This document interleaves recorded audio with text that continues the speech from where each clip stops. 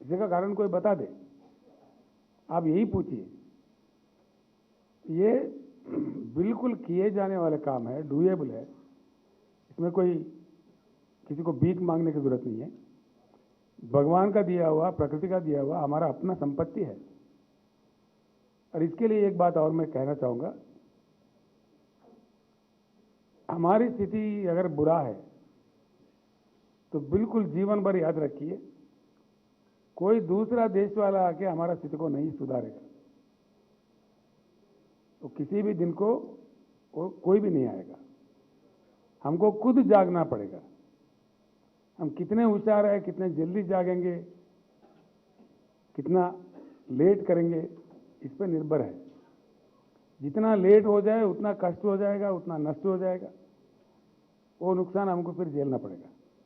लेकिन जल्दी जाग जाए तो स्थिति में सुधार भी जल्दी आ सकता है।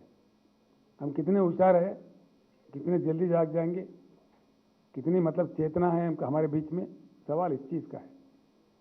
तो मैं आप सभी लोगों से विनती करता हूं, एक अच्छी बात जब आती है, और मिसाल है ना, मैं कह रहा था कल महाराष्ट्र राज्य के लिए कोई रॉकेट साइंस सीखने की जरूरत नहीं है। तेलंगाना में किया हुआ चीजें इसका मक्की का मक्की नकल करो ना भाई, खत्म हो गया मामला। कोई बड़ा चीज नहीं है, एज इट इज भी करो, बहुत हो गया, कम से कम एक लेवल पे आ जाएंगे। तो ये नहीं कर रहे। इसीलिए मेरा आपसे प्रार्थना है, किसी भी देश जो रूटीन में चलते हुए कष्ट और नष्ट झेल रहे थे, उससे उठ के, उससे उभर कर ऊपर आके काम किया, वहां ही विकास देखने को मिलता है। जैसा कि चाइना है, हमसे बुरा हालत था, हमसे कम जीडीपी था, लेकिन आज क्या है चाइना? देश का नंबर, पूरे वर्ल्ड का नंबर 2 इकोनॉमी है। बगैर चाइना के दुनिया ही नहीं है। आप लोग चंद्रपुर में, बलारपुर में कितने चाइना बाजार है। मेक इन इंडिया बोले, फिर मेक इन इंडिया सक्सेस हुआ तो भारत बाजार लगना चाहिए था। यहां तक कि पतंगों का मांझा भी चाइना से आता है, हमारे भगवान की मूर्तियां भी चाइना से आते हैं, होली के कलर, दीपावली के पटाखे सारे चाइना के। फिर हम किधर है भाई? हम क्या कर रहे? ये भी हम कम से कम तैयार नहीं कर सकते। बैठने वाला कुर्सी, धनवानों के घर में सोफा, पूरे चाइना से। किसे पूछो धनवान भाई कहाँ गए? रे चाइना गया। क्यों गया? फर्नीचर लाने गया, लाइट लाने गया। लाइट भाई ये भी नहीं बना सकते हम लोग। आपको आश्चर्य नहीं होना चाहिए, जो देख रहे लाइट, ये भी चाइना के है। अब क्या करेंगे? दूल्हे के साथ बाराती, दुनिया के साथ ही चलना पड़ता ना, दूसरा तो नहीं कर सकते, उल्टा तो नहीं कर सकते। तो इसलिए ये चीज भी अगर हमारे देश में नहीं बना सकते, इतना हमारे युवा को नालायक बना दिया किसने? देश के सरकार ने, राज्यों के सरकारों ने। ये नहीं है हम नालायक है, हम नालायक नहीं है, हम नायक है। लेकिन प्रेरणा, चेतना जो मिलना चाहिए सरकारों से, वो नहीं मिलने पर हम जैसे के वैसे है। तो इन चीजों के मद्देनजर, और कई चीज है, पूरे उद्योग खत्म किए जा रहे, प्राइवेटाइज किए जा रहे, पूरे जागीर के जैसे बांटे जा रहे। लाखों करोड़ों वाला हमारी संपत्ति देश की प्राइवेटाइजेशन के नाम LIC भी बेचा जा रहा है। आखिर हम कहां जाएंगे, कहां पहुंचेंगे? खतरा सर पे मंडला रहा है। इसलिए मैं आप लोगों से प्रार्थना करूंगा, आप इतने दूर से इतना कष्ट, इतना श्रम लेके आए हैं, तो आपका ये टूर फजूल न जाए। कम से कम आप एक एक आदमी को एक एक KCR बनना चाहिए। कम से कम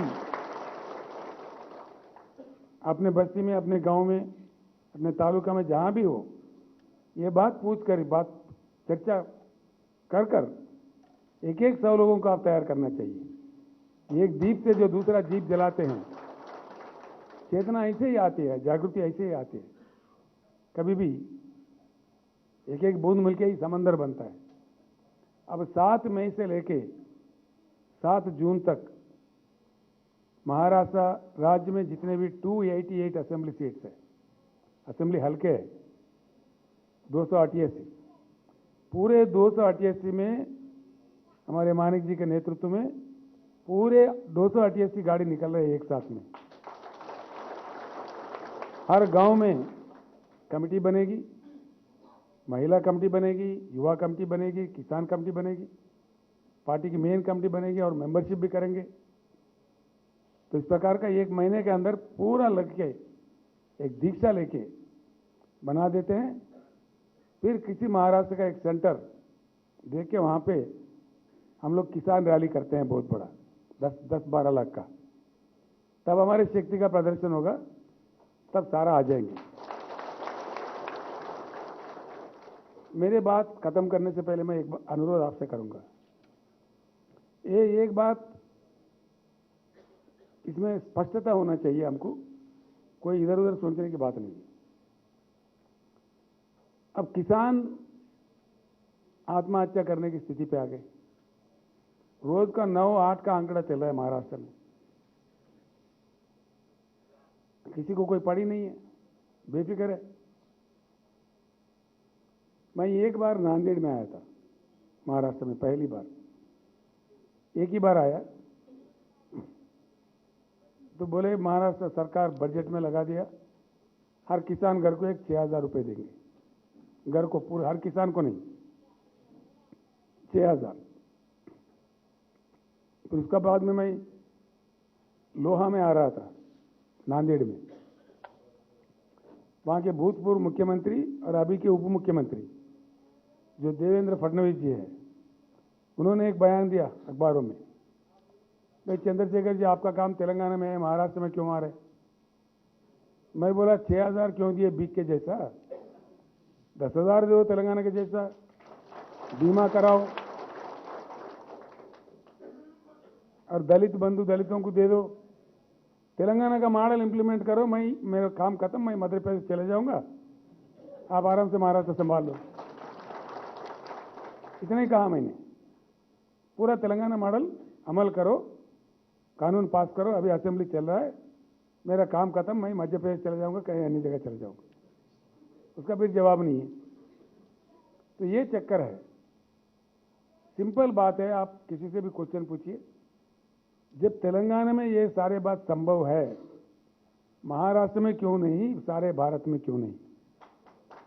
जब तक ये नहीं पूछेंगे, जब तक ये नहीं निकालेंगे, तब तक नहीं निकलेगा। इसके लिए पहला सीढ़ी, मैं आपसे पूरे लोगों से प्रार्थना करता हूं, गौर से सुनिए। एक ट्रिप चंद्रशेखर का नांदेड़ में हुआ तो 6,000 घर में आ गए, कम से कम रास्ता तो निकला। देखते हैं क्या क्या होता है। लेकिन एक बेटर मंत्र मैं देता हूं आपको। किसान कहाँ रहते हैं? शहर में नहीं रहते, गांव में रहते। आगामी जिला परिषद चुनाव जो भी आ रहा है, ये किसान के हाथ में है और संविधान ने हमको अधिकार दिया है, जो वोट हमारे पास हमारे हक में है, हम जिधर चाहे इस्तेमाल कर सकते हैं। मेरे बात मान के पहली वोट, जो पहली सीढ़ी जो जिला परिषद आ रहा है, सारे महाराष्ट्र के जितने भी जिला परिषद है, गुलाबी झंडा लहरा दो। अब क्या नहीं आता मैं देखता हूं। भाग क्या आएगा? दिल्ली से नेता आएगा, केंद्रीय मंत्री आएगा, प्रधानमंत्री के दूत आएगा, मुख्यमंत्री घुटनों पे भाग के आएंगे। उनका जो सिंहासन हिल रहा है तो सभी भागेंगे, भैया हम दे देंगे, हम दे देंगे। बिल्कुल। अब सीधा उंगली से घी नहीं निकलता तो क्या करते? टेढ़ा उंगली से निकालते। बस यही तरीका है। उनको कोई शाक ट्रीटमेंट दिए बिना भी काम नहीं बनेगा, मैं बता रहा हूं। बिल्कुल। जिला परिषद में ऐसा मार मारो कि सारे ही चले गए तो पूरे हिल जाएंगे। भाग भाग के आके आप तो कहो किसानों से, भाई देखो अब हम आप लोगों को दोष देंगे, आप जब तक होश में नहीं आओगे कौन मदद करने वाला है आपको? जो आपके हाथ में है ये चीज, गुमराह नहीं होना है। जब चुनाव आए तो भटे नहीं जाना। एक तरफ वोट दे दो किसान पूरे, और किसान 42% है, उनके साथ कामगार भी है। ये लोग मिल गए तो खत्म है मामला। जिला परिषद पूरा चुनो तो मामला खत्म, शुरू हो जाएगा काम होना। बस इतनी बात सबको समझा दे। अब हमारे पास दवा है, उसको इस्तेमाल नहीं करेंगे। चुनाव आया, फिर कोई आके फिर एक कथा कर रहे तो उसमें फिर बह गए, तो सिचुएशन में कोई बदलाव नहीं होगा। तो ये आप लोग सोचिए, अपने बीच में भी डिस्कस कीजिए, गांव में जाने के बाद डिस्कस कीजिए, चर्चा रखिए इसका। आपके घर से लेके आपके फ्रेंड्स में, आपके दोस्तों में, आपके बस्ती में, आपके गांव में ये चर्चा कीजिए। इससे काफ़ी मतलब समस्या हमारा खत्म हो सकते हैं, कुछ तरक्की हो सकता है। मैं एक बात और कहूँगा, इसमें कई जवान लोग मेरे सामने हैं, वो चाहे मेरे बहनें हो, माएँ हो, हमारे जवान यूथ हो। मैं इतनी बात चाहता हूँ, मैं बिल्कुल, मेरा जो अनुभव है, बिना परिवर्तित हुए भारत का कष्ट दूर नहीं होंगे, बिल्कुल नहीं। अब तक जो चलता हुआ सिलसिला है उसको हमने देख चुका है, समझ चुका है, झेल चुका है। फिर भी उसमें फंसे रहना नहीं चाहिए। भारत का परिवर्तन होना बहुत जरूरी है। और नागपुर में हमने एक परमानेंट ऑफिस भी खरीदा है, औरंगाबाद में भी खरीद रहे हैं। ये इसलिए बीआरएस भारत परिवर्तन का एक मिशन है। जब तक पूरे भारत परिवर्तित ना हो तब तक ये मिशन जारी रहेगा। अंत में एक बात मैं कहूंगा, क्या किसानों ने लड़ाई नहीं लड़ी? अपनी बहुत लड़ी, जेल गए, गोलियां खाए, लाठियां खाए। कितने कितने महान लोग, जैसे शरद जोशी जैसे महान नेता थे किसानों के, क्या कम लड़े थे? अभी कोई सीपीएम का मित्र, वो अशोक नवले, प्याज के दाम को लेकर नासिक से मुंबई तक पदयात्रा करे, कभी 50,000 का निकाले, परसों 10,000 का निकाले। क्या नौबत है भाई? पैरों में से खून निकल रहा है, बोचाले पड़ रहे, बूढ़े औरत भी चल रहे थे, वो देखे तो आंखों में पानी आने की सीन थी। क्यों चलना? कितने साल लड़ना? क्या लड़ना ही हमारी जिंदगी है? कोई लड़ने की जरूरत नहीं है, कोई बस जलाने की जरूरत नहीं है, कोई चक्का जाम करने की जरूरत नहीं है। बस वोटों से डब्बा जाम करो, अपने अधिकार में, बिना किसी कोई तकलीफ के सिर्फ वोट जाम कर दो तो खत्म हो गया मामला, पूरे रास्ते खुल जाएंगे, सारे समस्या मिट जाएंगे। तो ये बात है। तो इस चीज़ को मैं हर एक इसमें व्यक्ति जो है मैं प्रार्थना करता हूँ, ये बातें मैं जो कहा यही मत भूल जाइए। जाते जाते भी आप लोग चर्चा कीजिए, गांव में जाने के बाद, अपने बस्ती में जाने के बाद ज़रूर चर्चा कीजिए, तो इसका एक अच्छा मतलब काम होगा और रिजल्ट भी आएगा। मैं आशा करता हूँ आप एक नई चेतना लाने में, इतना दूर जब इतने कष्ट लेके आए हैं, फिर एक बार मैं दिल से आप तमाम लोगों का स्वागत करता हूँ। और ये कष्ट जो किया है आपने आज, ये व्यर्थ नहीं जाना चाहिए, इसका फल मिलना चाहिए। तो इसलिए जाने के बाद फिर वहाँ पे आप ज़रूर प्रभावित कीजिए, लोगों को समझाइए और साथियों को जोड़िए। बिल्कुल हम कामयाब होंगे, हमको सफलता मिलेंगी। जय भारत।